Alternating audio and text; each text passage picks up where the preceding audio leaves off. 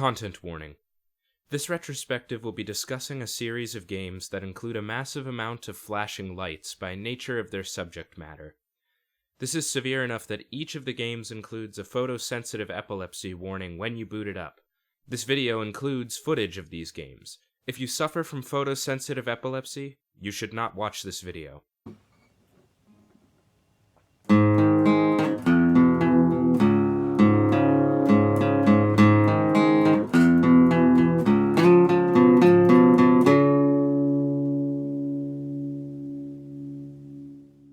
In 2008, three important pieces of media changed the trajectory of not only gaming, but also the broader cultural consciousness. In April, Grand Theft Auto 4 exacerbated the explosion in popularity of open-world sandboxes that was started by GTA 3 in 2001, ensuring that it would affect gaming for essentially the rest of the 7th console generation. In May, the original Iron Man film released, starting the MCU in what would become the superhero media craze. And in July, The Dark Knight released to massive critical and audience acclaim, cementing Christopher Nolan's grimdark Batman trilogy as the symbol of what mature superhero stories were supposed to be. 1 year later, in 2009, the original InFAMOUS released as an amalgamation of the design priorities of all three of these aforementioned influential pieces of media. A grimdark, superpowered urban sandbox where the player's actions help fuel a karma system that determines whether the player character is good or evil. Either a superhero or supervillain simulator, depending on the player's attitude. While the original InFAMOUS was in development a year before any of the pieces of media I mentioned, it's undeniable that it's part of the same stylistic and pop cultural wave that those titans of the popular consciousness are. And yet, while GTA fans are eagerly awaiting a 6th installment, the MCU still completely dominates global popular culture, and The Dark Knight remains a pop cultural touchstone. The InFAMOUS franchise has been dormant since 2014, seemingly forgotten by the gaming industry as a relic of a bygone era. As a gamer, I was fascinated by the InFAMOUS franchise for years without ever being able to play them. My friends and I were Xbox 360 gamers, not PS3 gamers, so I was never able to play InFAMOUS 1 or 2 until my playthroughs for this retrospective. Despite this distance from the franchise, though, I remember distinctly that myself and a friend of mine found out about the second game via YouTube Let's Plays, and I've had a passing fascination with the franchise ever since. I think part of the initial allure was always the fact that it was impossible for my 12-year-old self to experience these games firsthand, but ever since upgrading to a PS4 and playing Second Son, I always wanted to go back and play those original 2 games to get the full experience. So this video exists essentially to fulfill that long-time wish of mine, and to answer a question that I've had since I played InFAMOUS Second Son in 2015. Here in 2022, Sucker Punch Productions has moved on to Ghost of Tsushima, and the PS5 has now been released with not even a whiff of the continuation of the InFAMOUS franchise. So while the games haven't officially been put out of business, to the best of my knowledge, it seems increasingly unlikely that we'll ever get another installment again, leaving me and my 12-year-old self wondering why. What the hell happened to InFAMOUS? How did it go from a console-selling PlayStation exclusive to a largely forgotten and shuttered franchise? Let's begin where it begins. The original InFAMOUS is a game that, honestly having played it, left me wondering why there was even an InFAMOUS 2 or 3 at all.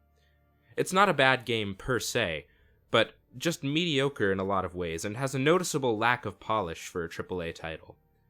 The game was very obviously designed in the lineage of Assassin's Creed and Grand Theft Auto, borrowing the former's penchant for simple parkour and the latter's open-world sandbox design ethos. In fact, playing through an evil playthrough of the original game, T-rated Grand Theft Auto with superpowers is the immediate vibe that's evoked, at least in terms of gameplay. That said, the duality of the InFAMOUS games is exactly their largest selling point. Rather than just being a straight-up douchebag sandbox like GTA, the InFAMOUS games use a karma system wherein the protagonist, Cole's actions, will affect not only how he's perceived by the public, but also how his powers develop, how the story plays out, and whether he's a superhero or a supervillain. Karma systems have since fallen out of favor as a way of displaying moral choice in games, usually viewed as lacking the nuance necessary to create an interesting moral choice system. But that lack of nuance is exactly what makes it a perfect system for the Infamous games. These games aren't really about being morally gray. They're about committing, from the start, to being one or the other. There's no way to play neutrally and be rewarded for it. Power development is gated behind developing your karma rank to the maximum. Completing good side missions locks the player out of completing evil ones, and all the big-ticket moral choices can only be resolved in one of two ways. This is because the Infamous games are aping the black and white morality of comic book superhero stories. You can even see this in the cutscenes. Rather than having pre-rendered or in-engine cutscenes, all the big-ticket story moments are conveyed with what amount to slideshows of comic panels with voiceovers by Cole, exactly like you'd see in a real comic, where the protagonist usually narrates the events of the story through stylized thought bubbles. The strangest thing about the presentation of the story in the original Infamous is how inconsequential everything feels. From the minute the first blast is set off at the title screen, Cole is gruff and almost unflappable. He barely even reacts to his new electric superpowers. To me, this is the biggest narrative flaw with the original Infamous. It's just drenched in this late 2000s edginess that was required of all things that wanted to be considered quote-unquote mature. There's only, at most, two good people in the entire game. Trish, Cole's ex-girlfriend, whose sister dies in the Ray Sphere blast at the beginning of the game, and Cole if he's decided to be a superhero. Every single other major character in Empire City is either a scumbag or a supervillain, including your best friend Zeke, who betrays you at the slightest hint of an opportunity to get superpowers. It's not just the characters either. The very visual design of Empire City seems to be built from the ground up just to be edgy and quote-unquote dark. The color palette of the entire game is just muted grays and blacks, with the occasional body of water or shipping container to break up the monotony. Empire City is just really ugly to look at, and I do think that's by design, but that doesn't mean I have to like it. I think the one benefit of the drab color palette in this original game is that it really does make Cole's lightning pop against the backdrop, but other than that, it's just aggressively bland. The grimdark nature of the city and its characters make a lot more sense when you realize that the original intent for the series was for the evil story to be canon. Sucker Punch designed Empire City to be a place that the player would want to burn to the ground with their supervillain antics. Editorializing a bit here, I think it's pretty clear that Sucker Punch looked to the popularity of GTA and assumed that the appeal of those games was that players liked to be an asshole to everyone and kill random civilians on the street. To me, this is a fundamental misunderstanding of the appeal of the GTA series. While yes, a certain segment of the player base does like to just run around and kill people, the open-world design, criminal thrill-ride stories, and crass hilarious characters are the reasons why people love GTA. When presented with the opportunity to play as an honest-to-God superhero, a lot more people than expected decided to be a hero than a villain. Fundamentally, humans are pack animals, and when given the option, people like to be good to their compatriots, even digitally. This holds true in almost every single game with a morality system. Achievement data almost always suggests that good playthroughs in games are vastly more popular than evil or negative playthroughs. This bore out in Infamous 2 as well, with bigger ramifications for the franchise, but more on that later. The world of the original Infamous is directly influenced by GTA, in more than just its basic design priorities. The main story of the game is basically a superpowered gang war, with Cole playing the middleman. In the Ray Sphere blast that gives Cole his electrokinetic powers at the beginning of the game, Empire City essentially went into apocalypse mode and was quarantined by the US government and left to rot. In the absence of normal order, gangs of criminals led by different supervillains take over the city. The Reapers, a group made up of mind-controlled civilians led by Sasha, whose power is to organically produce the mind control liquid, the Dustmen, led by the vindictive telekinetic Alden, and Kessler's first sons, the group who invented and detonated the Ray Sphere for mysterious, nefarious purposes. The player will battle through 3 different boroughs of the city, each one controlled by a different gang, until they advance the main story and defeat the main conduit leading that organization.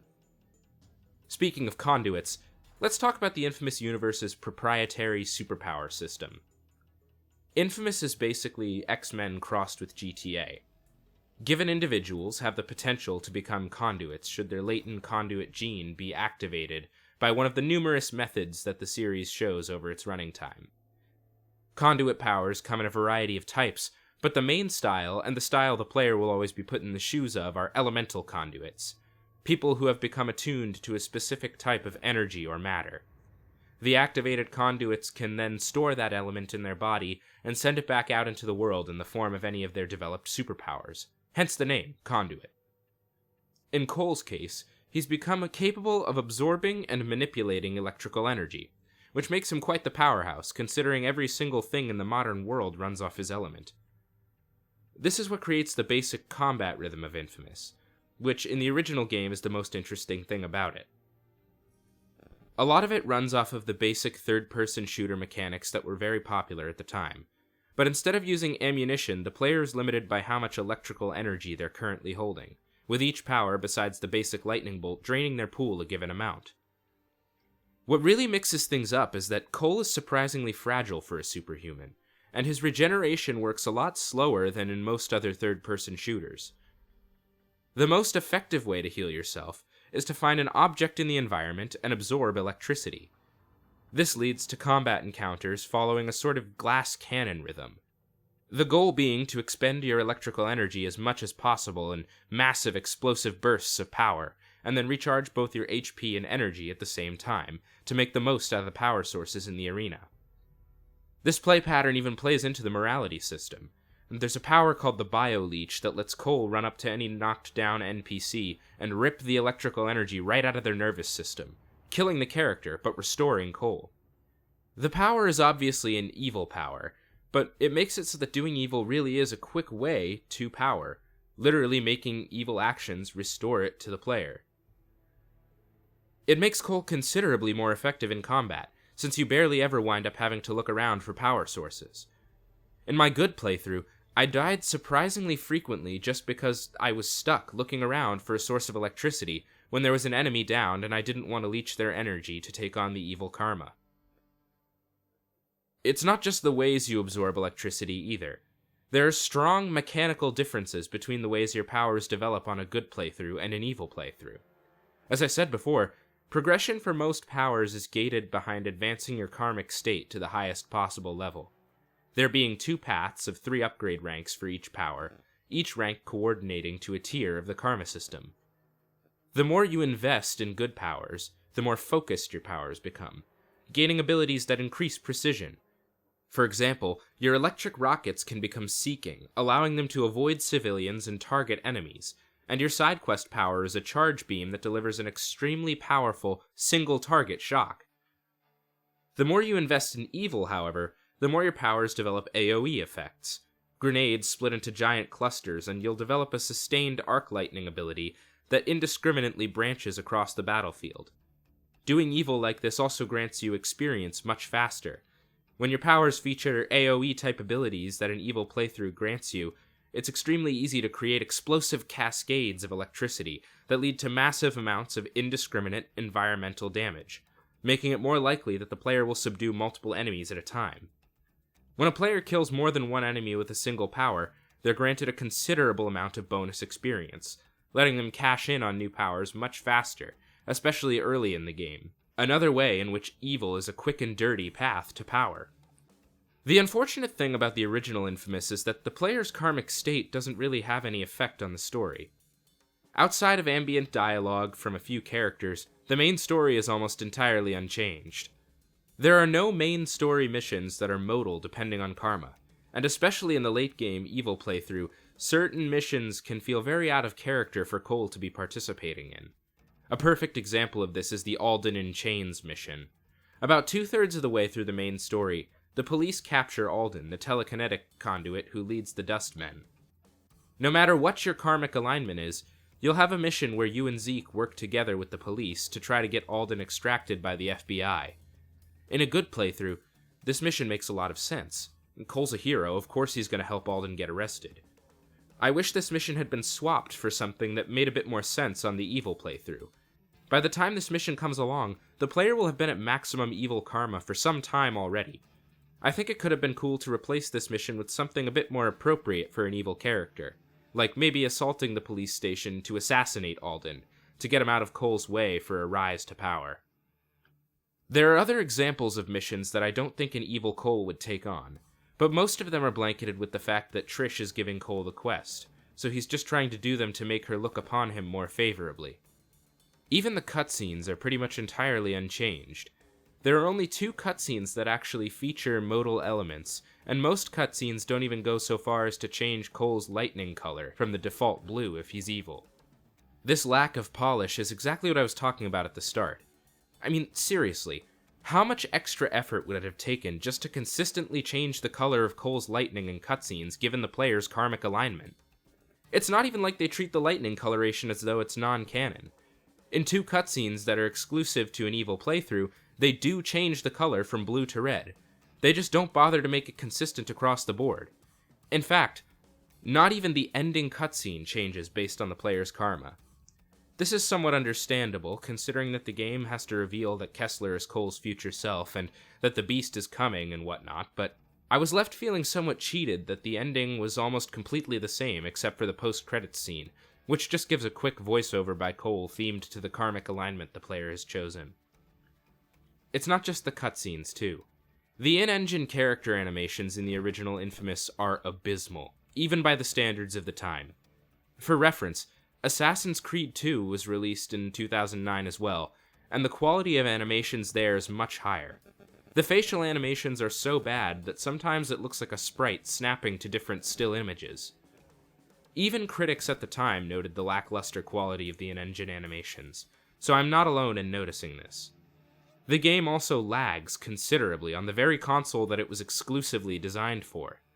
I was playing on a baseline PS3 for this retrospective, so maybe it was down to that, but I find it extremely unlikely considering that InFAMOUS 2 barely ever lagged, and I ran it on the exact same console. I also ran into numerous occurrences of Cole getting stuck on geometry or even falling all the way through the bottom of the map. Once during my good playthrough, I got stuck between a building and a billboard while climbing, and literally no input I made could break me out of it. I had to reload a save that was several missions behind where I was, all because of this glitch. The lack of mechanical polish is really astonishing for AAA games of the time, especially a game published by Sony. InFAMOUS's open world, however, despite its drab color palette, is actually quite interesting, and does respond to the player's karmic choices. The side mission structure is also different depending on a good or evil playthrough. The evil side is much more interesting, though. Good aligned side missions have Cole working with the police to round up gang members and transfer them around the city. And while the evil side missions follow some of the same setups, they're flavored as Cole essentially becoming the de facto leader of Sasha's faction, the Reapers. Rather than just playing the middleman, he actively becomes a part of the gang war, in a manner fitting of his evil alignment. Warden Harms, the good quest giver, is nowhere near as memorable, as evidenced by the fact that I had to look up his fucking name in order to write this very sentence. That's another problem with the original InFAMOUS, that being that the story feels very abrupt.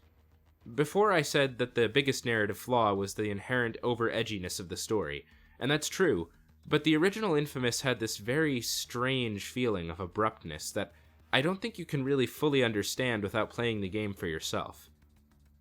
I think what causes this abrupt feeling in the story is the fact that all the big-ticket story developments are delivered in the past tense, the comic book-style cutscenes. I don't think a single major plot development in the original game happens in-engine, and when everything is being narrated back to you in these really short cutscenes, there starts to be this layer of abstraction from the plot that really makes it feel a bit disjointed. A great example of this is the cutscene that happens after defeating Sasha, the first boss. You finish her off, and then immediately the cutscene begins, during which the First Sons break into the sewer, Sasha is taken captive, and Cole escapes the sewers of the Neon into the Warren, the second area of the game's world. In most games, this kind of action would be interactive, rather than a cutscene, and it's kind of jarring to be taken from one place in the game world to another through the use of a cutscene rather than traveling there yourself. While I think that the presentation of the story in the original InFAMOUS is lackluster, I do think it makes a pretty good and fairly original superhero origin story. It definitely borrows some plot elements from other pieces of superhero media. For example, it directly rips off the most corny element of the original Sam Raimi Spider-Man film, where the Green Goblin tries to force Spider-Man to choose between saving a school bus full of children or Mary Jane. And it more indirectly takes inspiration from one of Barry Allen's origin stories, where he actually gives himself his superpowers by traveling back through time. But ultimately, it's a pretty original piece of superhero media because of how it combines gaming story conventions and superhero story conventions. I also think it's interesting how Cole's willingness to be a hero is tested in almost the exact opposite way of most other superheroes. Most superheroes' tension comes from the fact that they have a secret identity, but Cole's is actually derived from the exact opposite thing, his titular infamy. From the end of the game's very first real mission, every single person in Empire City knows Cole's face, and knows him as the man who is responsible for both the plague and the explosion that destroyed the city. This is a misunderstanding, as Cole isn't directly responsible for the blast, at least not the Cole that we play as, but the people hate him for it regardless. It creates a compelling reason for either possible playthrough. Do you save the city in spite of the fact that everyone views you as a monster and a terrorist? Or do you accept the fact that they hate you, and that you'll never truly be one of them again, rejecting your humanity and making the most of your very real power over the citizenry? I do think this framing creates a more compelling arc for a good playthrough than an evil one. A heroic Cole is made all the more admirable by the fact that he's constantly choosing to make sacrifices of ever-increasing weight for people who hate him, and the more he does so, the more that hatred turns around. It is still interesting to watch an evil Cole slowly descend into a completely psychopathic tyrant, and to see the ways in which the world responds to his evil. People on the street will actually start to attack you the more evil you are. Never a serious threat, but just a reminder that you've chosen the villain's path to power. Evil Cole is truly self-serving, in a direct contrast to the sacrifice of the good path, always making the choice that will either make his life easier or increase his power.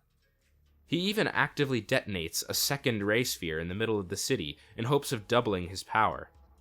Director Nate Fox usually made comparisons between Batman and the Punisher to distinguish between a good and evil Cole respectively, but I would argue that an evil Cole here in the first game is not an anti-hero and is rather just a straight-up villain protagonist.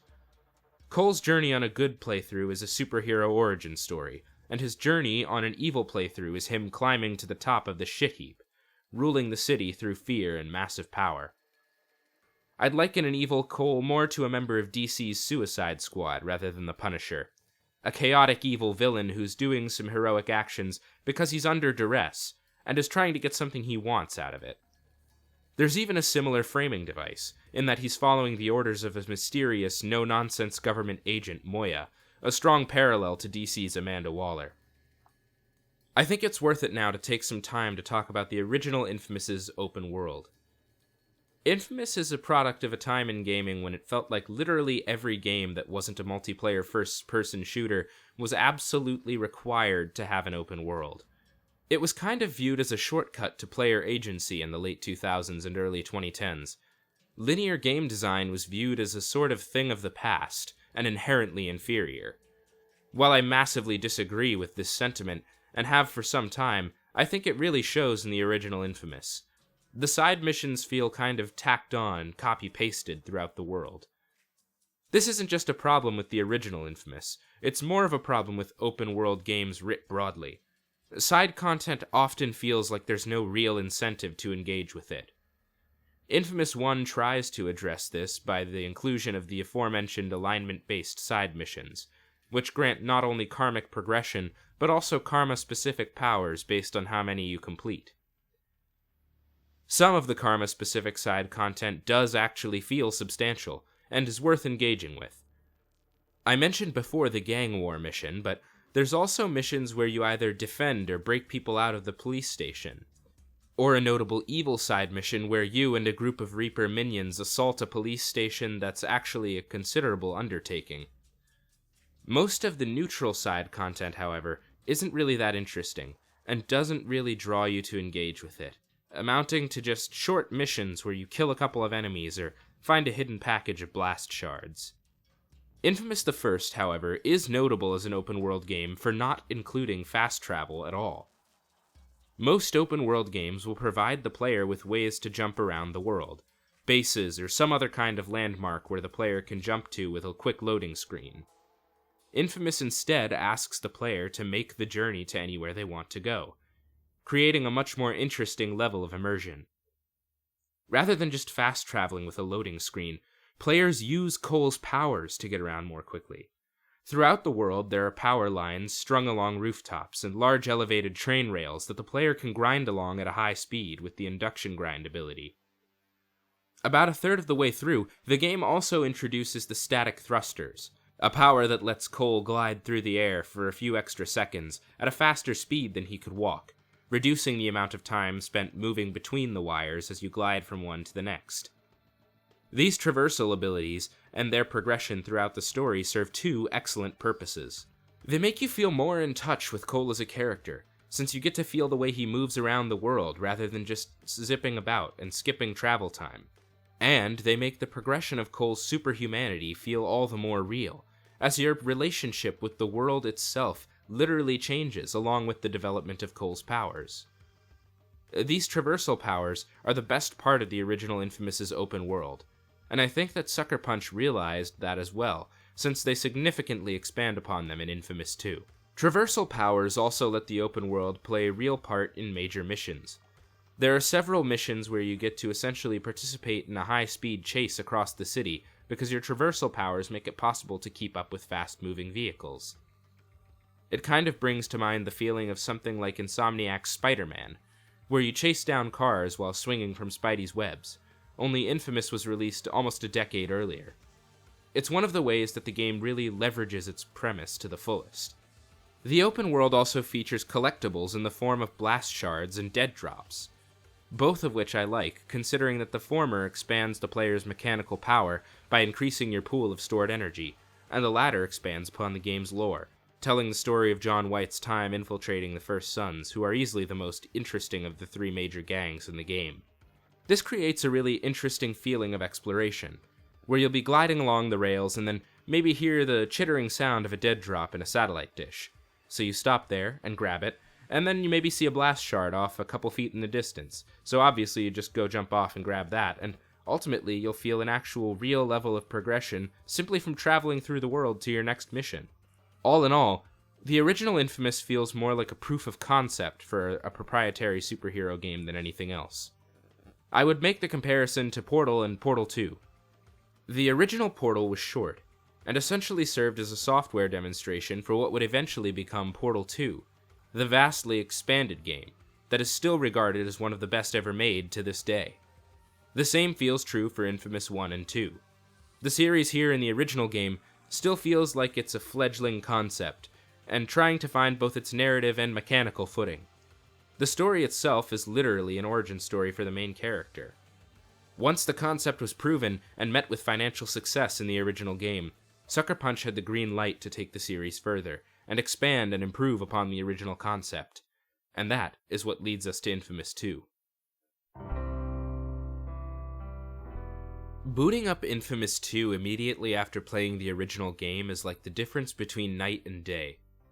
The games were released only 2 years apart, and yet the second game looks like it's not even from the same console generation as the first. It feels like Nate Fox looked forward in time, read the previous section of my script, and then made every single change that I would have asked for in a sequel. The game's graphics have at least doubled in quality, now actually looking like the AAA console exclusive that the game is supposed to be. Infamous 2 still looks quite good even today. Gone are the puppet-like character animations of the previous game. Now people's mouths actually move when they talk. The game has added in-engine cutscenes, something that massively improves the presentation of the game's story, making it feel like things are actually happening in the present tense, without losing the cool stylized nature of the comic book cutscenes as well. I did encounter maybe 1 or 2 cases of lag in the game, but only when an extreme amount of lightning was exploding on the screen at any one given time. My main criticism of how the game runs is that there's still a little bit of a problem with Cole getting stuck on geometry, particularly when he's trying to use the bio-leech power, which requires Cole to walk over to the person being leeched and orient himself in a specific way, which sometimes isn't permitted by the place where the enemy's body fell. Another thing you'll quickly realize when playing Infamous 2 is the tonal and artistic shift that has taken place between the first game and this one. The tone is noticeably lighter, and the art more colorful than in the first game. They redesigned Cole and made him look a little bit more friendly than in the first game. Looking at the concept art, this change was supposed to be even more drastic, but the studio ultimately stuck with a more modest redesign. His voice actor has also been changed, swapping Jason Cottle for Eric Layden, who still manages to have that sort of raspy vocal quality that Cole had in the first game, but with a much brighter tone quality. The change of voice actors is a little bit jarring at first, but once I got used to it, I vastly preferred Layden's performance. Cole in Infamous 2 is characterized as being a bit more acerbic and sarcastic rather than angry and brooding like in the first game, which to me was a welcome change. The biggest shift, however, is the setting. Swapping the drab and gray concrete of Empire City for the majestic green and amber-drenched New Marais, an obvious proxy for New Orleans. New Marais is just beautiful, especially in contrast to the style of Empire City. The environment is not only nicer to look at, but also more varied. The different districts have a different feel to them. Floodtown is very tangibly different from Ascension Parish, and actually features different level design elements, with the flooding becoming a hazard of sorts. It makes the area feel like a big game of the floor is lava, but it also lets you make use of the flooding, shocking enemies in water to take them down much faster than you could otherwise. The Gasworks district is also wildly different from the other two major districts, with a massive degree of verticality that is introduced by the gigantic oil reservoirs. There's just no comparison. New Marais is the vastly superior open world to Empire City, although it's definitely still succeeded by Second Son's Seattle. The other thing that's interesting about the tonal shift in Infamous 2 is that it really feels like the franchise has found its own identity. The terminal edge of the first game has been toned down, but not to the point that the game just feels like it's aping the MCU's hyper-quippy, hyper-humorous vibe. The stakes still feel very real, both to the player and the characters. The game just allows itself to indulge in a little bit more levity. Instead, Infamous now takes on its decidedly punk rock vibe here, in place of the grimdark aesthetic of the first game. This concept of what I think of as punk rock superheroes is core to the way that the Infamous franchise presents itself from here on out. These characters lie somewhere between the grimdark aesthetic of the first game and the bubblegum fluff of the MCU. All the Infamous protagonists are people who would normally be passed over and forgotten by society, who are suddenly shot into fame, or infamy, by the development of their conduit powers. Cole says as much of himself at the beginning of Infamous 2. Quote, "I was someone you'd never notice, just a guy delivering packages to folks you'd never know," end quote. Many superheroes' origin stories feature them being normal or average people before them getting their powers, but Cole and the later protagonists in the Infamous series are all actively downtrodden people. They're not students or office workers or lawyers or billionaires. They're people who are looked down upon for their class, their race, their art, and their occupations. People who could easily have a grudge against society, and when given power, want to lash out and burn it down, or use that power to make it better. By contrast, the main antagonists of both Infamous 2 and Second Son are fascists who are accustomed to both power and privilege. I'll discuss Brooke Augustine more later, but Joseph Bertrand is an oil and shipping magnate who uses his wealth and connections to the First Sons to try to start a superpowered arms race by forced experimentation on conduits and human trafficking them to warlords around the world. He also uses real-life fascist strategies to keep the population of New Marais clinging to his militia for protection from the conduits that he otherizes. X-Men is no stranger to using its mutants as an allegory for various minoritized and otherized groups, and Infamous definitely takes after its main stylistic influence in that regard from 2 forward. It's a sad fact, but the kind of torture and experimentation that conduits are put through in Infamous 2 and Second Son has been not only commonplace, but institutionalized throughout the 20th century for minority groups, especially black people and Jewish people across the world. All this to say that the main text of both Infamous 2 and Second Son is explicitly anti-fascist, and this framing makes the heroic paths of both games considerably more rewarding than the evil playthroughs, and makes both routes far more effective than either of the original games. In keeping of the change of framing devices from that of a gang war to an anti-fascist uprising, the alignment of the karma system has changed a bit too. In the original Infamous, good and evil were both comic book level opposites. True selflessness versus true selfishness. Infamous 2's good and evil alignments are a little closer to Mass Effect's Paragon and Renegade alignments. It's not quite the same thing, particularly evil is still definitely a bit more cruel than in Mass Effect, but the game is definitely making a concerted effort to be a bit less black and white. In fact, I honestly think that the karma system could have used some reframing, but considering how much it's tied to the branding, literally providing the series title, it isn't possible for the developers to react to this shift. I think Nate Fox's Batman Punisher comparison fits a bit more here than in the original game. An evil Cole here is more so a bitter character than an evil one. Someone who still has the right motivation, but will use any methods to get there, and doesn't care about collateral damage. Where a good Cole in Infamous 2 will ally himself with the police in order to take on the militia, an evil one will just use a bomb. While a good Cole tries to win the loyalty of LaRoche's rebels by delivering them medicine, an evil one will win their undying loyalty through manipulation. Difference of tactics, but not necessarily a difference of goals. I would say that the strategies used by an evil Cole here are certainly callous and sometimes even cruel, but they aren't as purely evil as they were in the first game. It's a ruthless pragmatism that Cole could very understandably develop given the threat of the beast. In regards to the karma system, Infamous 2 answers my biggest critique of the original game.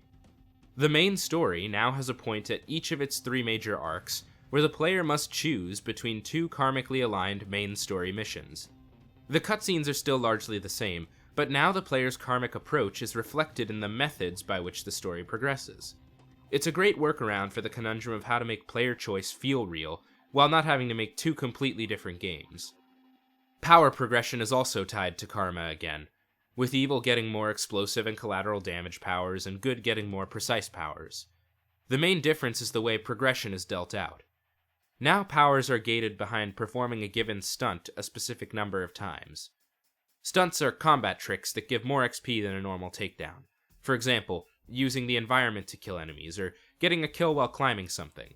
XP is then used to buy powers like it was in the original game. But the XP currency system feels somewhat obsolete, because you almost always have more than enough to buy any given power once you've unlocked it. There's also the addition of the power transfer device. Cole has 2 conduit allies, Nyx and Quo, who have napalm and ice powers respectively. In something of a flash forward to the mechanics of the next game, Bertrand has developed a machine that allows conduits to share their powers with one another. It's how he steals Quo's ice powers to give to the conduits he plans to mass produce and traffic around the world. By use of the device, Cole gains a suite of powers from either Quo or Nyx, depending on his alignment. Personally, I prefer the ice powers, if only because the ice launch is the best traversal power in the game, allowing you to scale buildings in one leap. But both power sets are quite enjoyable to use. The napalm powers are actually interesting in that they bear a striking resemblance to Delsin's smoke suite in Second Son, with a short-range teleport and abilities that stun enemies. The game also introduces ionic powers, a group of super moves that can be used to kill all enemies in a large area, limited by a set number of charges that Cole can pick up from defeated enemies. These abilities let the devs vastly expand the scope of combat encounters, as Cole can always sweep with an ionic ability. Encounters in Infamous 2 are basically always the size of late-game combat encounters from the original game or larger because of this, and it really does make Cole feel like a proper force of nature. The Ionic Drain specifically is just an absurdly powerful ability, allowing Cole to bio-leech all the people in a given area, which grants a massive AoE kill and a full restore to both HP and energy. Ionic powers also funnel the player into engaging with side content more. In order to store more charges, the player has to complete a given number of side missions, 20 to hold 2 or 40 to hold 3. The side missions in Infamous 2 are a little better than they were in the first game. They're not quite as shamelessly copy-pasted, but they're still not very engaging. Most of them are still just very brief, inconsequential diversions from the main story, and they didn't really hold my attention. The karmically aligned side missions, however, are a notable exception. They feel pretty well fleshed out, and I particularly enjoyed the subplot with the Ice Soldier Defector on my good playthrough. Overall, the neutral side missions aren't really worth doing for the extra charges. The Infamous games honestly don't really feel like they need side content. The plot in 2 especially is pressing enough that I don't think Cole would really be stopping to take much time to do random missions and help citizens. Traversal, however, is much better than it was in the original game. The addition of the ice launch, lightning tether, and improved static thrusters make it so that travel is faster than ever, and makes you feel even more in touch with Cole's superhumanity and the world around you. Particularly with the lightning tether, in the gasworks, getting around is extremely easy, and makes the omission of fast travel even more enjoyable. Riding the rails in the original Infamous was already fast enough that I didn't feel the need for fast travel. Compare that to the breakneck speed of traversal in Infamous 2, and the original game looks like you're moving at a snail's pace. I want to circle back a bit now and talk about Infamous 2's supporting cast. Cole has 3 main allies in the game: Nyx, Quo, and Zeke. Let's start with Zeke, since he's easily my favorite, by far. In the original game, Zeke was a selfish, jealous layabout willing to stab Cole in the back at the first whiff of an opportunity to get superpowers. In the face of the Beast and the Plague, his outlook changes. Instead of just sitting there wishing he was a conduit able to develop superpowers, he accepts his status as a human, and starts finding ways to be a hero without superpowers. He goes from dead weight in the first game to probably the most effective member of the team. Most of your progress in the game comes from Zeke's work spying on the militia, and watching his damaged relationship with Cole slowly recover because of that work is genuinely rewarding. There's an amazing mission about 80% of the way through the game that's just a cutscene where Zeke and Cole sit down, absolutely drained by the events of the story, and split a few beers. There's no dialogue, it's just a silent acknowledgement of their renewed friendship as each of them ignores the literal call of the mission for a few short hours before the shit really hits the fan. It's a very real moment between friends, and it makes it hit all the harder that they can't both survive the ending. Zeke in Infamous 2 also serves, symbolically, as Cole's last link to his humanity. He's the only member of the main team who isn't a conduit, and he's the only one who stuck by Cole after Empire City. Even though he betrayed him there, he does put in the work to change. He reminds Cole of the person he was before he was the Electric Man, and of the fact that he can still be that person if he wants to. This is important when discussing the endings, as we'll come back around to it then. Quo and Nyx are Cole's superpowered teammates, his good and evil influence respectively. There's good sides and bad sides to the way that Quo and Nyx are handled. We can start with the good. I find it interesting that the two of them despise each other because of their opposing alignments, but actually have quite a bit in common. They're both victims of Bertrand's unethical conduit experimentation, Quo having had her powers forcibly activated and transferred to the ice soldiers, and Nyx having been activated accidentally when Bertrand sacrificed hundreds of citizens of the Bayou to a ray sphere blast, in order to activate his 50-foot maggot powers. I think the two of them are both fairly interesting in that the way they react to their powers is diametrically opposed. Quo is used to being a government agent. She's by the book, and she doesn't improvise or handle change well. The development of her powers actually lowers her social status, and is a constant reminder of the experimentation that she was forced into, so it makes sense that she has difficulty learning to use and accept her powers. Nyx, on the other hand, is someone who, like Cole, was cast aside by society, even before she had powers, but to a much greater degree now.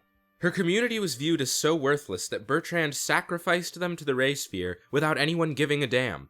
I don't think anyone could live through something like that and still be able to trust anyone ever again. Nyx was given enough power to take what she wants when she wants it. She was marginalized, and those in power tried to kill her, so now she wants them to burn. Nyx is selfish and hedonistic because she never got what she wanted when she was human.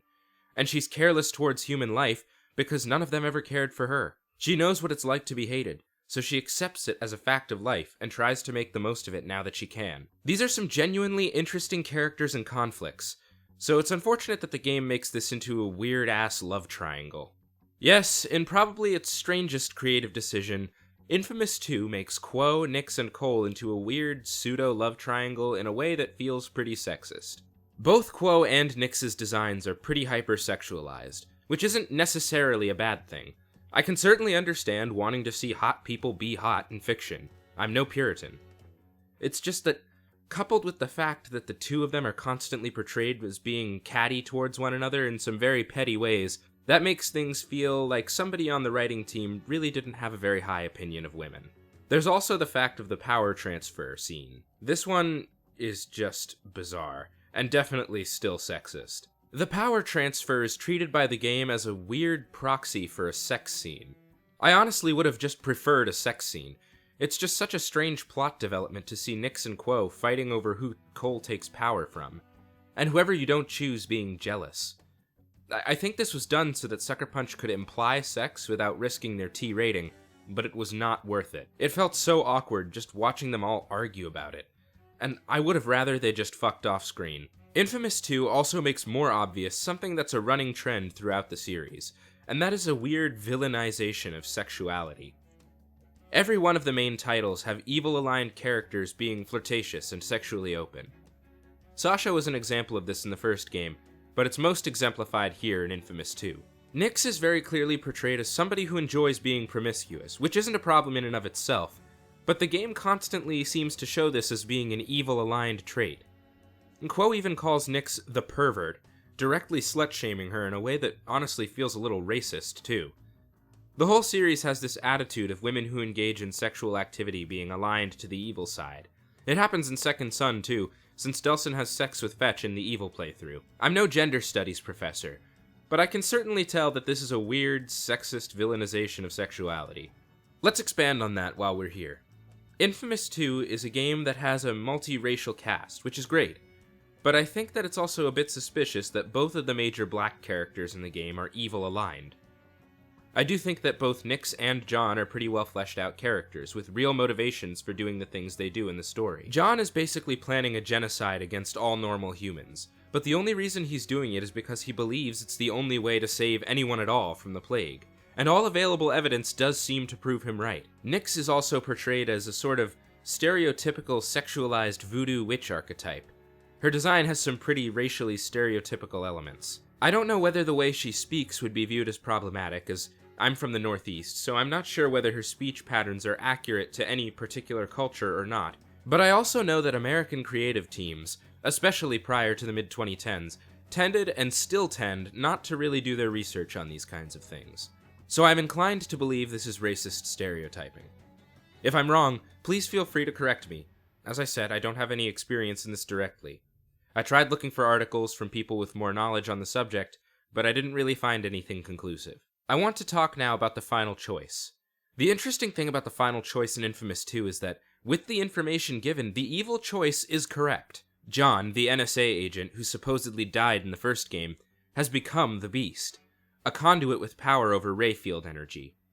This power lets him sacrifice the lives of normal humans to activate all conduits within a given radius, just like the ray sphere. Since conduits are immune to the plague and there doesn't seem to be any way to cure humans with it, the grim option seems to be the only way anyone is guaranteed to survive the plague. It's a very interesting twist on the trolley problem, portrayed on a massive scale. The conduit activation method is guaranteed to continue the survival of some of humanity, whereas the RFI is only guaranteed to kill what seems to be all conduits, without any guarantee that the plague will be cured. It's a genocide either way, and if the options weren't labeled red and blue, I don't think you'd necessarily know which one was the right option. Do you activate the conduits since it's guaranteed to save people, even though the majority of people will die? Or do you take the chance and kill the minority of people on the possibility that your actions will save the vast majority? This is exactly why karma systems have fallen so far out of favor. They just don't have the capacity to deal with this kind of moral ambiguity. In the original Infamous, the story was very black and white, simple good and evil. Infamous 2 wants to be a little more gray, but it still keeps the trappings of the good-evil dichotomy, and it ultimately weighs the game down. What I do like about the ending is that Nyx and Quo switch alignments. Some critics at the time said this was a cheap way to make it feel like there was a twist, but I have to disagree. Quo and Nyx switching alignments here is totally in character for them, and I like a specific dimension that it adds to the morality. It shows that Nyx and Quo aren't just strictly good and evil characters. They make their respective decisions because of the circumstances of their lives. Nyx wanted nothing more than the connection which she found, in some sense, with the swamp monsters she befriends about halfway through. When the Beast kills them, she wants him dead, for perhaps a selfish reason, but an understandable and very human reason. Quo, who's a very clinical and logical thinker, wants to side with John because of the reasons I stated earlier. She sees it as the safe option, and it also just so happens to allow her to avoid dying. Zeke obviously has no choice, and has to side with the good ending as he's human, which sets him and Cole irrevocably at odds should Cole choose John's plan. I think that both endings are satisfying in their own right, and the evil ending really does make you demonstrate your commitment to your chosen cause. Siding with John really truly is apocalyptic. Every single person in the city unites against you, but they couldn't possibly resist your power when amplified by John's. Flying through the city, barraging puny humans, and they truly do look puny from up at the beast's height, is a great visual depiction of Cole truly leaving behind his humanity in favor for the new conduit-dominated future. And of course, on that subject, there's Zeke. I swear, if you weren't at least a little broken up when Zeke stares you down, pathetically raising his pistol against your godlike power, then I don't really know how to get to you. I love that the game doesn't make Zeke's death a cutscene or a fight. He knows he can't possibly stand up against you, and the game makes you, the player, shock him to death to prove that Cole is officially, fully committed to sacrificing every human to cure the plague. It's worth noting that neither John, Cole, nor Quo is evil in the purest sense of the word in this ending. They're making the calculated, ruthless choice that seems to be the only sure way to save people from the plague, although Cole's monologue in the final cutscene definitely shows a conduit supremacist attitude, calling it an inevitable evolutionary leap. Cole becoming the Beast is also very fitting of the renegade style of the evil path in Infamous 2. He's willing to do anything it takes to stop the Beast, even if that means becoming the Beast himself. It's a worthy alternate ending to the good ending, but it's just that, an alternate ending. It was intended when Infamous 2 was being developed to make the evil ending canon, and yet again player choice panned out in favor of the good ending, so much so that Sucker Punch decided to abandon their plans and make the good ending canon. I'm glad that the good endings have been chosen as the canon story path for two reasons. Firstly, the good paths of Infamous 1 and 2 form a very concrete and rewarding hero arc for Cole. The first game sees him go from a nobody to a superhero, and the second follows through by truly testing him as a hero, and asking him to make an ever-increasing number of sacrifices until ultimately asking him for the biggest sacrifice possible: his life, his powers, and the lives of millions of conduits to save the lives of billions of humans. Secondly, the good ending of Infamous 2 is just so particularly rewarding. The series from the start has been building Cole's conflict with the Beast up. It's awesome to actually get to fight an enemy worthy of Cole's godlike powers, and actually fulfill the series arc. And despite Cole's best efforts, there's just no way he can top Zeke's final monologue in the good ending. His last line of, "I love you, brother, and I'm sure gonna miss you," followed by the lightning bolt, is just an absolutely perfect way to end Cole's arc. In fact, it was so good that Sucker Punch literally decided to reuse that final line in Infamous Second Son's good ending because of how great it was. It would honestly have been good enough to end the series on, but Infamous 2 sold well, so naturally, that can't be allowed to happen, and a retcon was necessitated. But before we address that, however, there's one additional piece of Infamous 2 content to talk about. Since Infamous 2 didn't really leave any room for DLC to expand its story, Festival of Blood was released as the DLC instead of a serious expansion. Festival of Blood is an expansion in the vein of Red Dead Redemption Undead Nightmare, a comedic and absurd non-canon expansion that uses the main game's open world to more supernatural ends. In the case of Festival of Blood, Cole McGrath is going toe-to-toe with the Queen of the Vampires, Bloody Mary. What's interesting about Festival of Blood is that it's still staying very true to the game's comic book origins. The Festival of Blood expansion is riffing more off Tales from the Crypt than Justice League of America, but it's still very much in the vein of comic book inspiration. Pun completely intended. Superheroes and vampires might seem like kind of a weird combination, until you consider the fact that one of Spider-Man's canonical rogues is a literal vampire. Batman vs. Dracula is a real animated movie, and superhero stories aren't unfamiliar to using things like zombies, even in canonical stories like Blackest Night. Comics are already pretty absurd, So it's really not that much more absurd to add Halloween monsters into the mix, especially non-canonically. I think Festival of Blood's lineage is obvious, as it opens with Zeke reading from a Tales from the Crypt style comic book. The framing device of Zeke making up a story to impress a hot chick at the bar is pretty much exactly what I'd expect from a semi-comedic, non-canon Infamous story. And it works pretty well. So Cole McGrath is made into a bloodsucker within the first 5 minutes of gameplay. I thought initially that the vampires in Festival of Blood would be explained away, sort of as vampire-like conduits, but no, they are literally just straight-up Nosferatu vampires, down to the fact that they look more like bats than humans and die from a stake to the heart. I mean, everybody dies from a stake to the heart, but especially vampires. Karma is totally eliminated, since the game is very short and doesn't really have room for much branching decision-making. The setup is simple. Kill the vampires and kill Bloody Mary by morning, or else Cole will be a vampire forever. Cole becoming a vampire actually makes a weird amount of sense. His powers are already vampiric in a certain way, having to drain things in order to keep himself healthy and powerful. One could say that the bio-leech power is already very vampiric in nature, killing humans in order to restore Cole to power. I think my favorite touch from Festival of Blood is the replacement of the amp with a cross-shaped stake, a weapon befitting of a vampire hunter. The combat rhythm of Festival of Blood is a bit unique from the rest of the series, in that it's the only entry that feels primarily melee-focused. Your electrical powers still work, although they're locked on evil karma due to your undead status. But if you want to keep a vampire down after shocking them, you have to melee them for a stake down.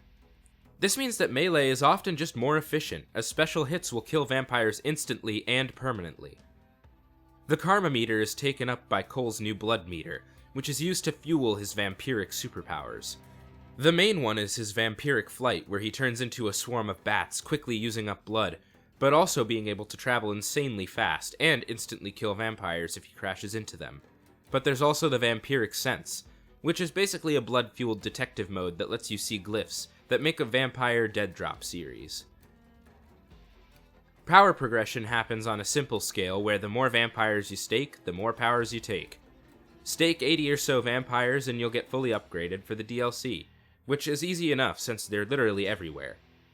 It's a linear path of upgrades rather than getting to choose, but it serves a short joke DLC like this just fine. The biggest problem with Festival of Blood is that it just runs like absolute shit. I was playing on a baseline PS3, so maybe if you play it on a later model or something it runs better, but my experience with Festival of Blood was one riddled with lag, chugging frames, and glitches that would make even Infamous 1 blush. It's so bad that I literally glitched straight through one of the cutscenes because of my positioning when I summoned the lightning storm on Bloody Mary at the end. I had to look up the cutscene on YouTube because I wasn't going to go all the way back to the beginning to experience one little cutscene. I don't know whether it was because of the large number of NPCs on the screen, or the fact that there's a lot of fire effects going on, but Festival of Blood comes across as a very shoddily made DLC. It's a shame too, because Pyre Night really does look quite cool. It's a sort of mixture between Halloween and Mardi Gras celebrated in this non-canon version of New Marais. Basically a giant city-wide rave where people burn effigies of vampires all night long. It would be a really cool lens to see New Marais through, if I could actually make anything out through all the lag. Luckily enough, Festival of Blood is a relatively short excursion. It's only about 2.5 hours long, about 6 missions, and it's not like it does anything particularly bad or damages the canon. It's just a cute little side story meant to make fans laugh about that time Cole McGrath became a vampire. It does end up being quite funny too, despite the glitchiness. Zeke cuts in throughout the game with humorous asides from the story that he's telling in the real world, and at the end, there's a funny little scene where Cole comes in last minute and dashes Zeke's hopes for the evening. There's even a great joke about Cole needing help getting the amp out of a pool, a cute jab about the fact that Cole touching water is like a toaster in the tub. Unfortunately, the shoddy construction makes the DLC not really a worthwhile experience. If you're really dead set on experiencing every piece of Infamous content, go ahead and play it. But otherwise, Festival of Blood is a pretty skippable addition.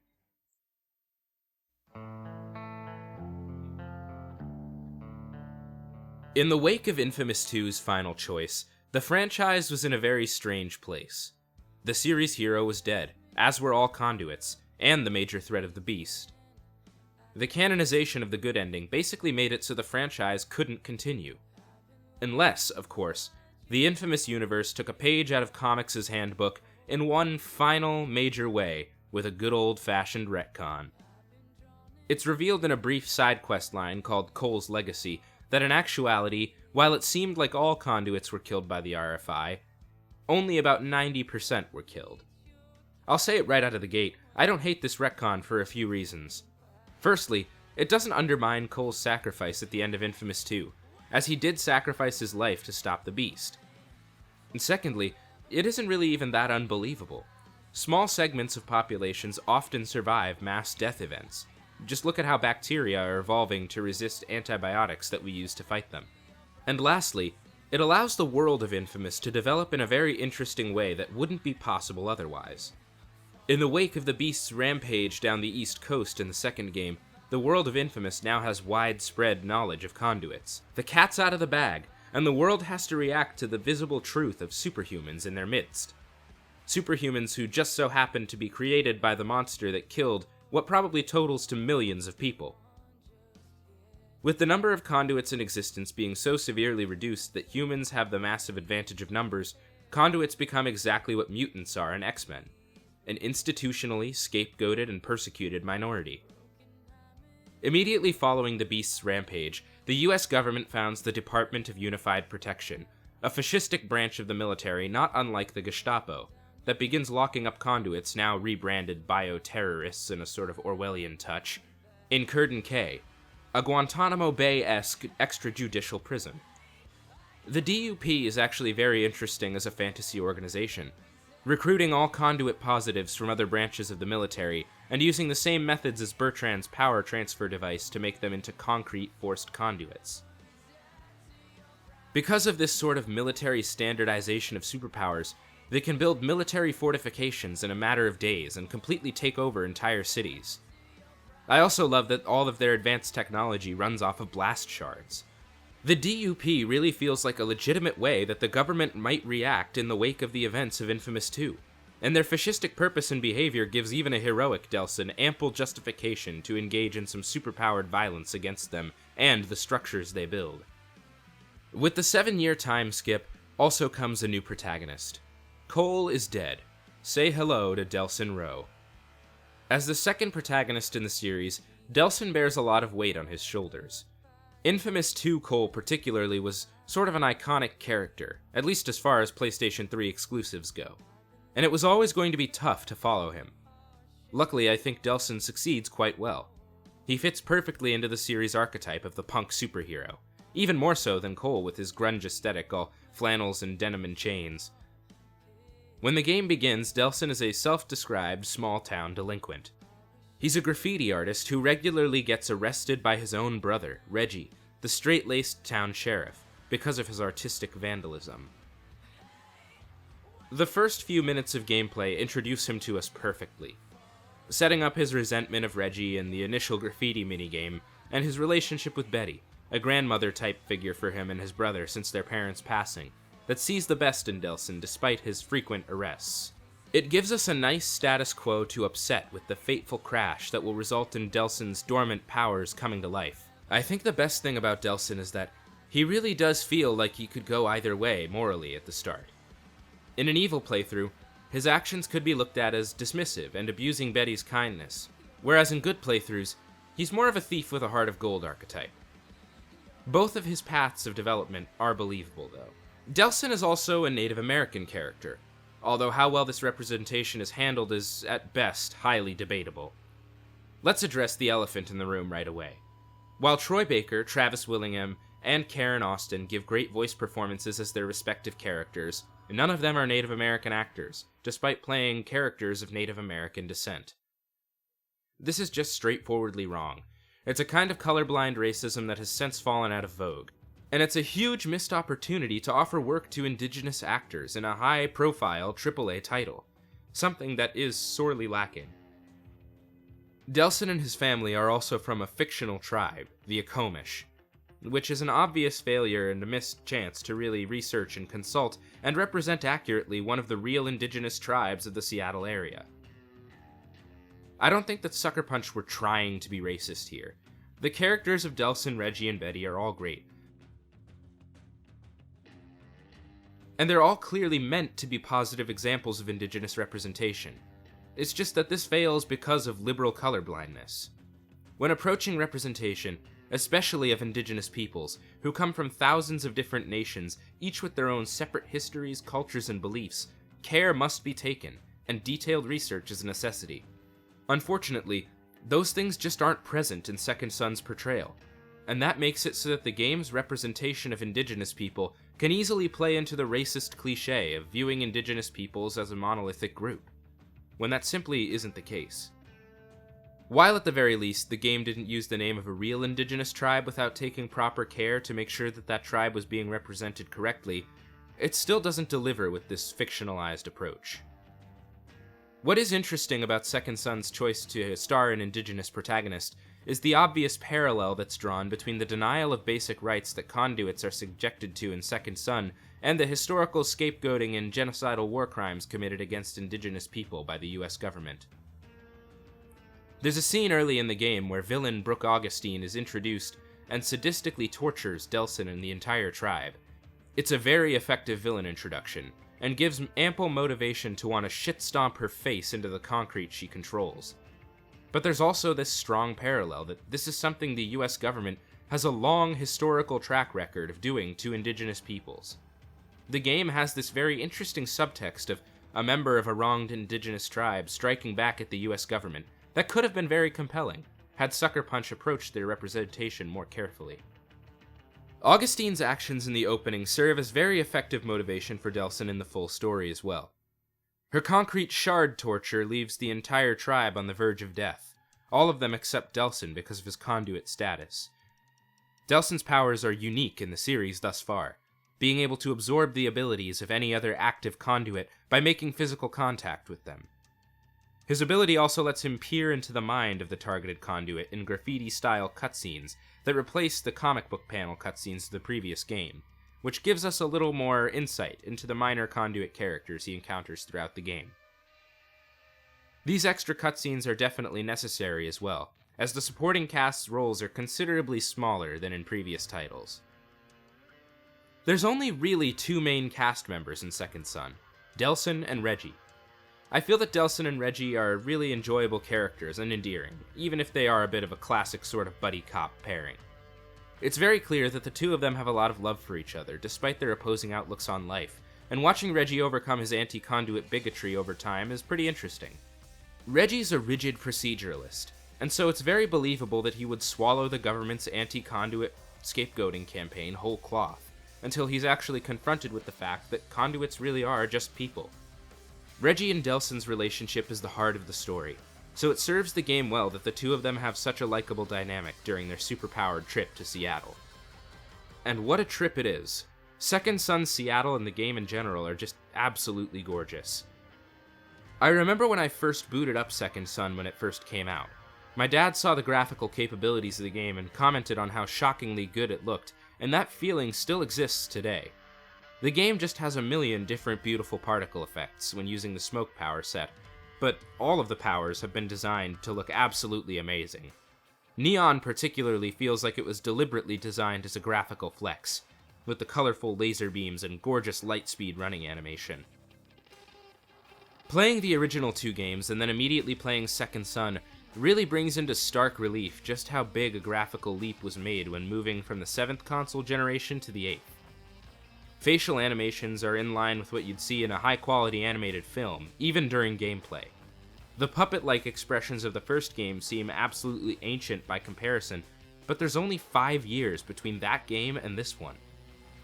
It's not just the visual design either. The sound work here is top of the line. I don't know what I expected smoke, neon, and video powers to sound like, but whatever it was, Sucker Punch managed to capture it perfectly. The sounds of the smoke suite specifically are top-notch. Soft but concussive bursts of noise every time you fire the smoke shot, and a smooth, flickering, flame-like noise when you use the smoke dash. I think the smoke dash noise plays in my head about every 5 minutes or so, just from how memorable it is. There's a series of blog posts on GameDeveloper.com by Reverend Dr. Bradley Meyer, about how they designed the sounds for each of Delson's different abilities, with accompanying videos, and I really recommend checking them out, because they really do shed light on how cool the process of sound design for Second Son was. It's a little bit tough for me to decide whether I prefer Second Son's Seattle or New Marais, but ultimately I come down on the side of Seattle, because of just how real it feels by comparison. Discounting the number of red vents and smokestacks there are, Seattle actually does feel quite like a real city. New Marais wasn't really going for realism, and instead leveraged its unreality to create an open world that featured real level design that impacted gameplay. Second Son makes use of its PS4 processing power to model and create an entire real city. The modeling on display here was so good that Naughty Dog, when developing The Last of Us Part 2, actually reached out to Sucker Punch and essentially modeled their Seattle after Second Son's. You'll wander around and see in-universe chain businesses move between districts that flow and blend together naturally, but don't have clear borders. The game world even uses the real Seattle map as a basis. If you look at the map of Second Son and a map of real Seattle, the islands in reality are a bit more vertically oblong, but there are obvious parallels in the basic structure. If you Google Seattle landmarks infamous Second Son, you'll instantly pull up a number of comparison photos between pieces of architecture in-game and photos of real-world places, both famous and innocuous, that are literally directly recreated in-game. It's a truly detailed game world and makes for an amazing setting to pilot Delson through. Infamous Second Son, with its change in powers, also has a myriad of changes to the gameplay style. Some are smaller and some are larger. The first small distance is the fact that Delson no longer has to hold the aim button in order to use his offensive powers. Hip firing is fast and often better than actually aiming at enemies directly, and this incentivizes a bit of a change in combat flow. The glass cannon style of gameplay from the original two games is still kind of there, but now players are more incentivized to move through the area a given combat encounter is taking place in rather than ever taking cover. You'll be dashing about the arena, making use of both lateral and vertical space frequently. This is necessitated not only by the change in aiming and power design, but also by the way that the enemies behave. Basically every single combat encounter in Second Son includes superpowered DUP agents, the basic version of which behaves very similarly to the ice soldiers of Infamous 2. They even have a concrete jump that works pretty much exactly the same way the ice soldiers' ice jump did, but they use it to a much greater effect, usually leaping from ground level to a low rooftop or between two different rooftops, or even from a roof to the ground. Players have to become similarly agile, as every one of Delson's power sets makes it possible to scale buildings at the speed that Cole could with the ice launch power in the second game. Let's talk about the powers while we're on the subject. Delson technically has 4 different power sets that he acquires over the course of the game, but only 3 of them are actually usable in the progression of the main story: Smoke, Neon, and Video, with Concrete as a bonus post-game ability. Once a new ability has been acquired, the player can switch between 3 different powers by draining that element from one of the many resources found in the game world. Some people have complained that Delson's 3 abilities aren't significantly different from one another, and I have to strongly disagree. I think that what people were hoping for was that each of the 3 elements in the game would have completely unique abilities. But in response to that, I would ask people to imagine what a clusterfuck combat would become if every single time you drained a different element you had to remember a different mapping of the controller. The way that Second Son's powers are designed has each of them using the same basic framework on the controller, with each button performing a similar action in each power set, but giving each power a different feel. The 3 elements each have their own distinctive ways of moving, range, rate of fire, area of effect. They're 3 very distinct combat rhythms that make each of the elements feel different while still allowing the player to easily switch between the elements on the fly during combat. Smoke is best utilized by using the power's short-range teleport to flit around the battlefield, constantly staying on the move, popping off a couple of pot shots or rockets in between dashes. The ability to travel through vents lets you soar up buildings instantly, and then drop directly back down into a ground slam. Your use of the highly destructive smoke abilities also leads naturally to the creation of more energy sources, as you blow up cars and cases of ammunition on the battlefield. Neon is best suited by using light speed to dash between vantage points, using the ability's high damage and accuracy to pick off enemies one by one. The video power is most powerful against vehicles and enemies who move quickly, as its rockets can home in on enemies, and the basic attack, the rapid-fire video torrent, stun locks enemies and can easily pound them into the ground, but its power sources are the most limited. There are vast differences between the three power sets. It's just not in the most obvious possible way. Progression is also handled a little bit differently than in the previous titles. The experience currency system and the stunts system have been removed from the game altogether, in favor of streamlining power progression by making blast shards into skill points. I love this change. Firstly, it makes the collectibles even more valuable to the player. Instead of just increasing their energy, now all progression is tied to exploration of the game's world, meaning that you'll want to actually travel around and seek out blast shards in DUP mobile command centers.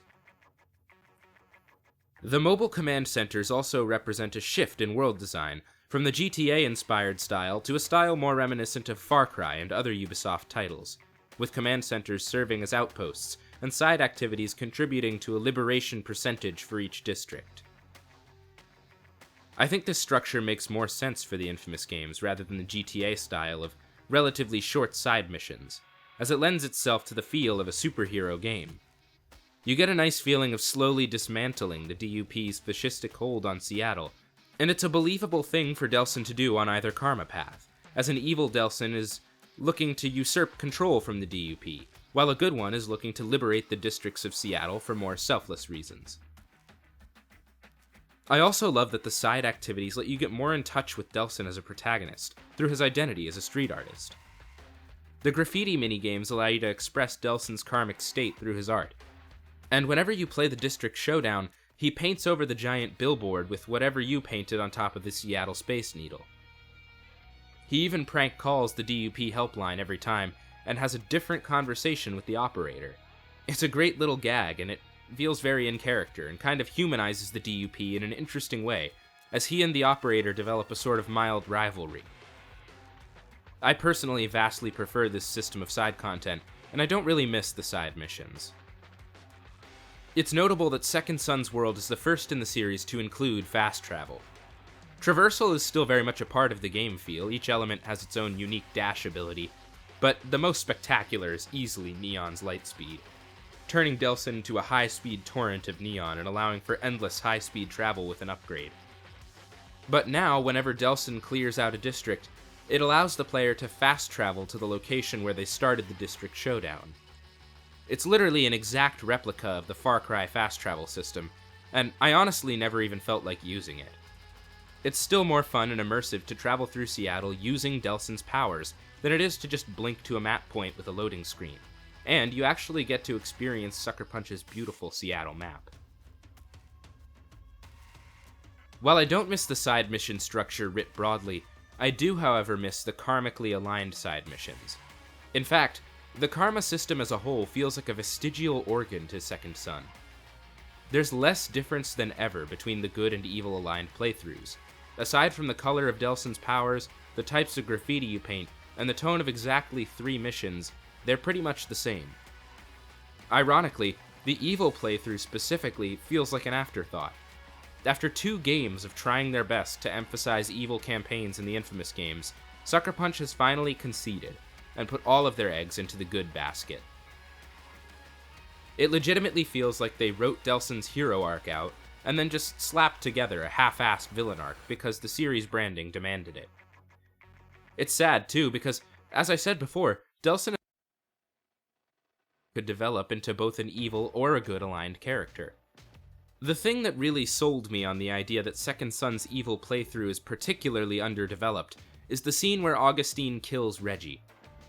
If the game was going to make your evil actions throughout the story so far hit you, this would be the moment to do it. Reggie's dangling over the bay, slowly getting encased in concrete, and he's got barely enough time to say a few words before falling to his death, at which point he tells even an evil Delsin that he's proud of him. Now, I don't know about you, but something tells me that the straight-laced cop, Reggie, would not be very fond of a Delsin who delights in chaotic destruction, flippant murder, and collateral damage. There's even a point in the game where Reggie essentially holds the keys to Delsin ever being able to use his powers again. Delsin comes to him after draining the video ability, completely unable to use his powers, and asks Reggie to open a core relay for him so he can expand his power set. On my evil playthrough, I distinctly remembered there being a scene at this point where Reggie didn't want to open the relay for you, and specifically cited your evil-aligned actions as the reason why. This scene, in fact, does not exist. There's so little difference between the two playthroughs that I was actually using my own creativity to come up with an interesting character scenario that would make the karma paths more different, rather than the game just presenting those scenarios to me in the first place. It's not just the lack of narrative divergence that's the problem, though. If you'll recall, I said that the original Infamous didn't have a significant enough difference between the story paths, but there was a significant difference in the ways that Cole's powers developed. Delsin's powers, by contrast, develop in almost exactly the same way, no matter what his karmic alignment was. With Cole, there were two very specific and distinct playstyles associated with the good and evil paths. In Second Son, there are some minor differences between what's available to a good and evil Delsin, but your playstyle will remain basically the same. The most significant difference between them is that the good powers are actually basically strictly better. The Vent Healing ability and the Neon Focus abilities are extremely useful utilities for their respective elements, and they have no analog in the evil playthrough. Top this off with the fact that Delsin's Karma Bombs, this game's successor to Infamous 2's Ionic powers triggered by completing a set number of karmically aligned actions, are also strictly worse on an evil playthrough. The bomb abilities are completely the same, except for the ways in which you activate them. An evil Karma Bomb is triggered by going on a rampage that has to be maintained and will disappear over a short period of time if you don't continue committing evil acts. Good Karma Bombs don't decay in the same way. When the good powers are just strictly better than the evil pathway, a huge problem is created. The incentive to play evil has always been that it's a fast pathway to power. The data obviously establishes that people lean towards playing good to begin with, so evil needs to be incentivized by its more explosive and deadly abilities. Second Son doesn't do this, and actually leans toward a power imbalance that favors a good character. My question is, if Sucker Punch wanted to eliminate the karma system and make a superhero-only game set in the Infamous universe, why didn't they just set out to do this with Second Son? It seems pretty clear because of the evidence listed earlier that the evil path is an afterthought. So why didn't they just remove it and streamline the experience? Obviously the series branding is tied to the karma system, but Second Son is already sort of branching off from the original series. This would be a perfect time to change the formula if that's what Sucker Punch wanted to do. It's not as though there's not enough content in the game to justify its existence without the alternate playthrough. If the player runs through the main story and plays through the side content at a leisurely pace, the game will be about 20 hours. The main story is fairly short, but open-world games are known for having short main stories because the side content is supposed to be part of the main draw. If you're going to include a multiple campaign approach, then it has to be justified by either narrative or mechanical divergence, and preferably both. Second Son doesn't do either well enough, and I honestly would have just preferred a linear game focusing on the good path. I think that part of the reason why the karma system feels so vestigial is that, like I mentioned earlier in this retrospective, karma systems were very popular for a period of time in gaming and then slowly fell out of vogue, in favor of more nuanced morality systems. By the time Second Son was being released, the console generation had shifted, and its design priorities were starting to appear a bit worn out, the hallmark of a previous era. Whether this is a good thing or a bad thing is up to the player who's viewing it, but I'll put a pin in this until the conclusion. I already talked about Second Son's main players in Delsin and Reggie, but we do have 3 side characters as well in the 3 conduit escapees, Fetch, Eugene, and Hank. Each of these conduits supply Delsin with one of his powers, and helps to shed some light on things that the conduits experience in the world of Second Son. While none of their stories are super fleshed out in this game, they do serve to add more color to the world, and in some cases support Delsin in his assault on Augustine's Seattle. The way that Delsin interacts with them is also inverted from the way that Cole interacted with his supporting cast. Instead of each of them having a karmic alignment, Delsin reflects his karmic alignment onto them, either leveraging his new friends into freedom fighters or co-conquerors, respectively. Their characters are honestly not very different either way, in keeping with Second Son's vestigial karma system, but I do think that the added detail they bring to the position of conduits in Second Son's world is worth their inclusion. Plus, Fetch will later receive massive expansion on her character in the First Light DLC, so we'll discuss her a bit more there. The real star of Second Son's secondary characters, however, is Brooke Augustine. Her origin story and her reason for founding the DUP are very humanizing, having traveled with paper conduit Celia Pendergast in the wake of the Beast, betraying her in order to avoid being killed by the military. Augustine thinks that by locking up all the conduits, they can be kept safe from the government. She's obviously wrong and corrupt, having performed wildly unethical experiments on all of the conduits under her jurisdiction as seen in Hank, Eugene, and Fetch's graffiti cutscenes, but her motivation is understandable, and not wholly evil. She has a sadistic streak that I mentioned earlier, and she's a ruthless, cold authoritarian. She's the perfect foil for InFAMOUS's punk rock superheroes, and kicking her ass is both satisfying and genuinely spectacular, with her giant concrete monster being fended off by Delson's developing concrete abilities. The two endings of Second Son are one of the few parts where the karma system actually does change the story, but neither of them are anywhere near as far-reaching or impactful as the endings of Infamous 2. Whereas the endings there each came in the form of a completely different mission, and had the stakes of killing off characters who you'd come to know and like, Second Son is only concerned with Delson's method of dealing with Augustine and the tribe's reaction to his actions in Seattle. As with most things, Second Son's good side is more rewarding, with Delson exposing Augustine and helping to usher in a new era of cooperation between humans and conduits. But the evil side is also very impactful. Betty's condemnation of Delson at the Longhouse, and the development of Delson into the single most powerful supervillain in the entire world of Infamous, are definitely a strong hook. And the jump from Delson dive-bombing the Longhouse to the heart-shaped box-fueled credits is genuinely effective. The problem with Second Son is that even though it's a rebirth of the franchise, the immediate canonization of the good ending seems to leave the series in a place where they're once again at the end of the timeline. The DUP is dead, and humans and conduits are moving forward into a new era at the end of the game. And it doesn't help that Delson is pretty much the strongest conduit in existence no matter which ending you choose. If Sucker Punch wanted to continue the series in a natural way, their best course of action was to move back into the 7-year time skip that they placed between Infamous 2 and Second Son, which is exactly what they did with the standalone DLC Infamous First Light.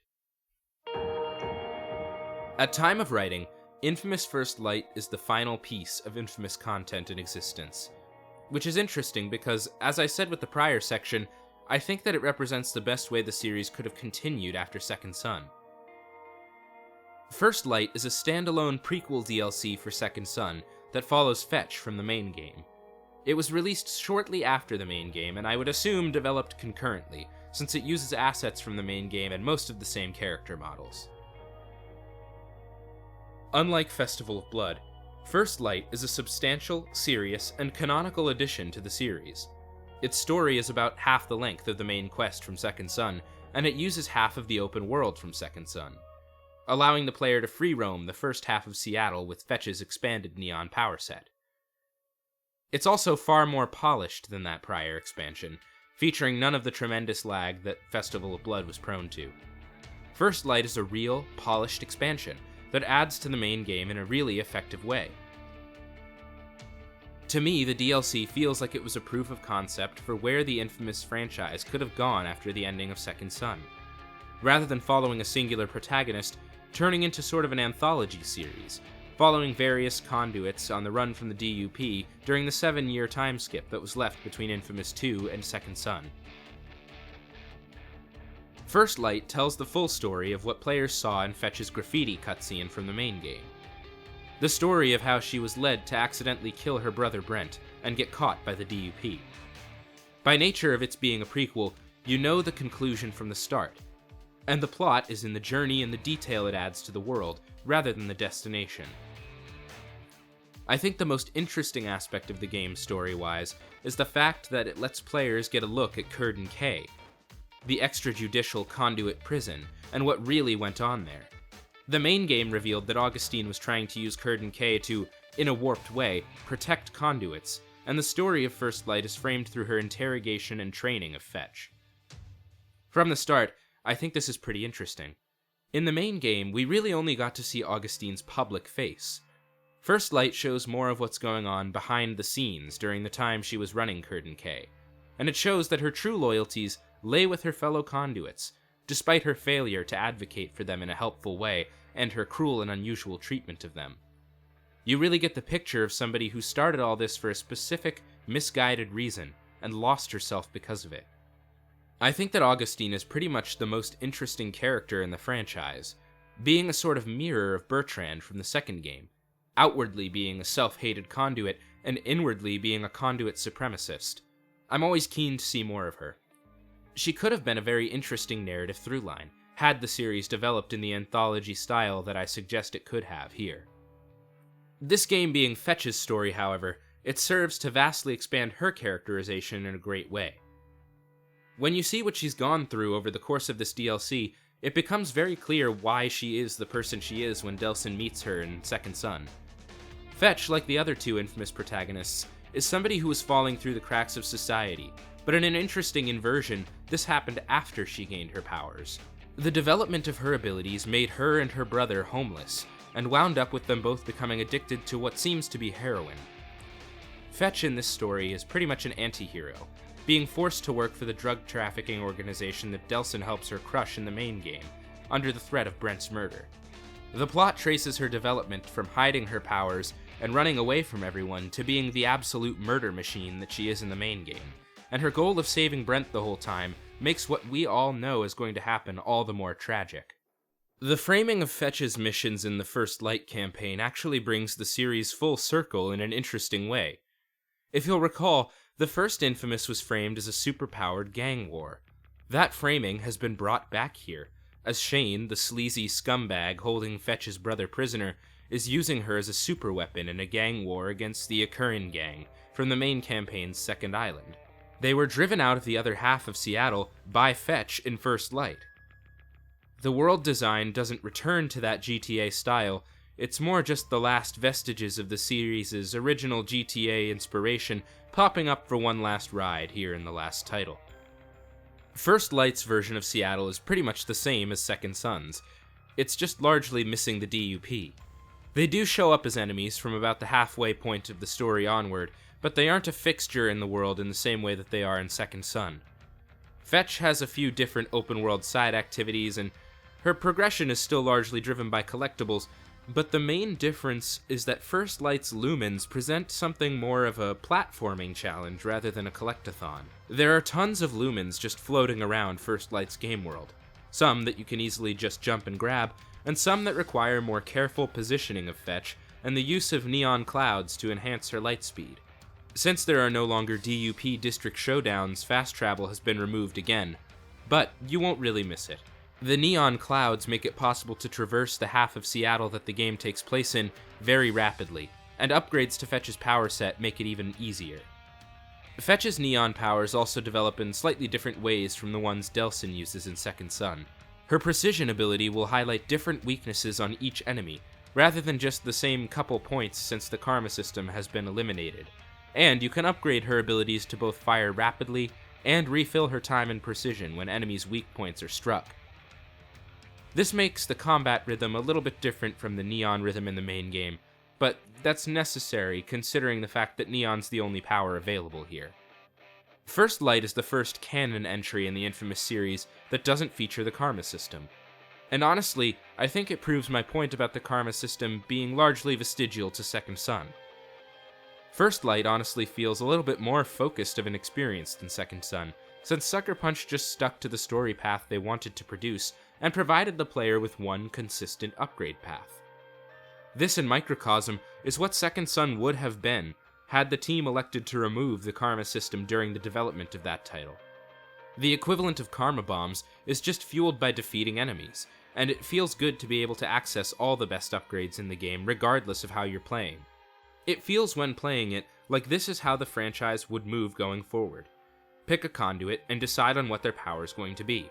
Draw a punk-style character around that conduit power, and then set that conduit against their city and the DUP in an open world with a linear main quest. First Light also introduces an arcade mode that the player can engage with after they've completed the main quest. There are 3 major arenas that the main quest takes you through a training exercise in every so often, and it's honestly a pretty smooth introduction. I didn't even realize that these missions were an introduction to the arcade mode until I noticed that there were smoke power sources in the arena halfway through the second one. Once you beat the game, you can do endless survival modes as either Fetch or Delsin, and try to score your way to the top of the leaderboard. I dicked around with this arcade mode for about an hour or so after completing the main story, and found it to be pretty enjoyable.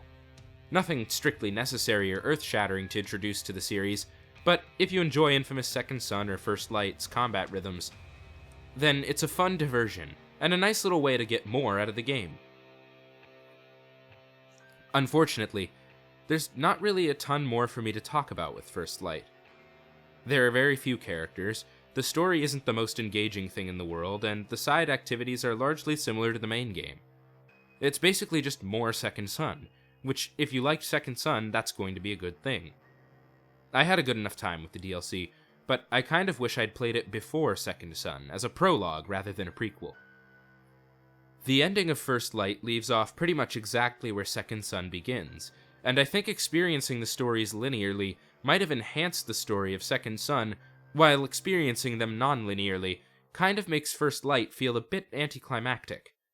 Certainly, Fetch gets her personal character climax when she kills Shane, a pretty great scene with all the snow around making Fetch's neon bolts pop against the white background.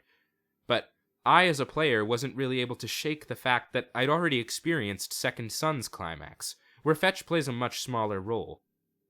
Ultimately, I think the expansion serves well as exactly that, an expansion on a character from the main game, who didn't have a ton going on compared to the protagonist. It's a good DLC, it just feels strange ending the series on this note of personal climax rather than a more epic one befitting of superhero franchises. I'd recommend playing First Light first, and then finishing off the series with Second Son for a bit more of a satisfying series conclusion. So what the hell ever did happen to the Infamous franchise? Sucker Punch clearly has no plans of continuing it at this point, despite the fact that Second Son was the best-selling entry in the entire franchise. So why? I think one of the reasons is the series' somewhat outdated design priorities. Playing Second Son and First Light, even though the visuals are amazing and still top quality to this day, the actual design of the gameplay and world feels very much of a previous era. The Infamous series was conjured into existence in the cultural footprint of a few very specific pieces of media. And while those pieces of media had long-standing impacts on pop culture, the gaming sphere slowly moved on from them, as it does all design trends. Sure, the originators of the design trends that Infamous followed are still around, but they dominate the market share of those styles of titles, and games have moved on ever further into optimizing for multiplayer and the games as a service model, for better or for worse. I also know for a fact that the team at Sucker Punch wanted to move on to different projects. This is probably the biggest reason for the Infamous franchise's disappearance. At the time of Second Son's release, Sucker Punch would have been working on and producing only Infamous titles from 2006 to 2014. That's a considerable amount of time to be working in the same creative space, and I think that the place the Infamous franchise was in after Second Son's release was a pretty solid place to take some time away from it. Ghost of Tsushima was Sucker Punch's next major title, and that game was extremely widely acclaimed, and wildly different creatively from the Infamous franchise. Developer interviews surrounding Ghost of Tsushima reference this feeling of a need to move on from the Infamous franchise as a major inspiration to create that title, and ultimately, it paid off for the studio with good reviews and massive commercial success, selling over 10 million copies. As someone who was fascinated with the Infamous franchise in my younger years, this project was cathartic in certain ways, and also disillusioning in certain ways. It sheds interesting light on your perspectives as a kid, to finally play titles that you had always seen and imagined, but never been able to play yourself with your adult critical faculties active, and the benefit of hindsight. I had a lot of fun with the games, and overall I think they're pretty decent, but there's definitely a great deal of issues, especially with the first game. As a fan of superheroes and other nerd media, The games deftly utilize the tropes of those types of passive media in service of their interactive worlds. And while they're ultimately derivative, I think that all things are, and it was a really cool fundamental concept to give gaming its own proprietary superhero universe. I also think that Sucker Punch expanded and developed that universe in a lot of interesting ways over the course of the 3 major titles. And while the studio has moved on to different creative pursuits, it isn't as though the Infamous universe has ceased to exist. As I said while talking about First Light and Second Son, there's a whole 7-year time skip that could still be explored at any time. And should the devs want to, they definitely could return to the franchise, however unlikely it may seem. For now, however, it seems that I'll have to stay here, saying that I've got a big, nostalgic soft spot for this series, and I'm sure gonna miss it. Thanks for listening, and come back again soon.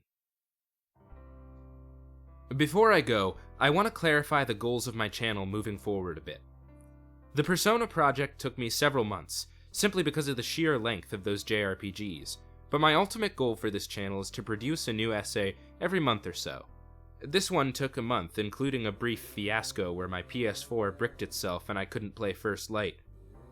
Moving forward, I hope to keep that pace unless the games I'm talking about are of extreme length, like the Persona titles. So consider this my upload for November, and if you've watched all the way through this video but haven't checked out my channel, then please subscribe and check out my first video, an examination of modern Persona. These videos take a lot of time and work, but I have a lot of fun with them, and I hope any of you who stumble across them do too. Thank you again for listening, and make sure you come back again next month for my next project. Thief, my favorite games as Grandpa and how he died. Catch you later.